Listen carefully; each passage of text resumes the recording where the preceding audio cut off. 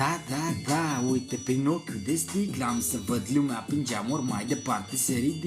ridică, uite ceața, hai să dai cum da cu diamantul repede, zgârie pe ea, hai, zgârie pe ea, da, hai, uimește-ne, că uite stai așa puțin alunecos ca peștele, am să alunec până când ajung la tine în gât exact în sofa, că uite, o să-ți dau un cap, da, o să-ți dau un cap, vibrația până te atinge, mai departe în intestinul subțăr și de fapt te frige de fapt până la acid în stomac, hai, nu contează, uite, vezi că bine chiar te calc în tot organismul într-un pancreas și apoi ficat, că uite am calificat și apoi sunt certificat sau invers, nu contează, uite, că nu le-am calculat, dar știu că vin să-ți dau de fapt toată lumea peste cap, că uite cum îmi place ce fac, uite cum îți place ce auzi, uite cum ne place ce simțim, dar mai departe uzi,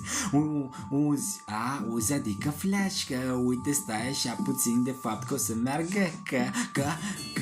o să fie piele în piele, uite stai așa puțin după vorbele mele, dar o să meargă dinamită, vreau să fii nebună iar, hai, uite stai așa și mai departe, uite sar de fapt, da, hai, pliază-te perpendicular pe ce sunt eu de fapt,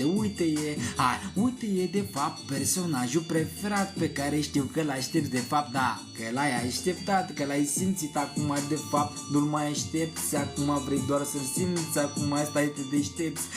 te deștepți în sensul că te adâncești mai mult, unde gura, buzele de fapt sunt mai adânc în sensul că uite cum se umflă pe mână, pe litera pe care mai departe, deci uite să, hai până la G și E, adică până la sânge, uite mai departe buzele, hai repede că s-a transmis până a omis sau omis până când, da, bine te-a atins până a pătruns, că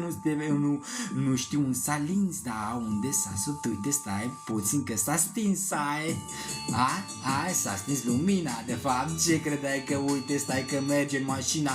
în mașina de fapt în care poeziile merg în dero ca mașina de spălat, că aia e, hai, uite să se spele toate senzațiile rele, hai, uite stai așa puțin direct pe degetele mele să